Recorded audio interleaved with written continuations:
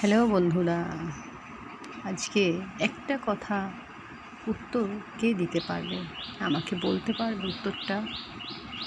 প্রশ্নটি হলো, মেয়েরা কি সত্যিই ফেলনা? মেয়েদের কি সত্যিই কোনো আস্থানা নেই? তাদের থাকার জায়গা নেই?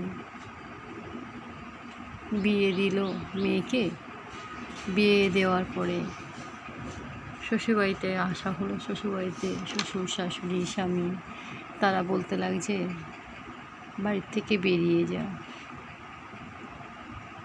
তাহলে ওটাও আমার বাড়ি না। বাপের বাড়ি ছোটোবেলায় যতদিন ছিলাম ততদিন আমার বাড়ি।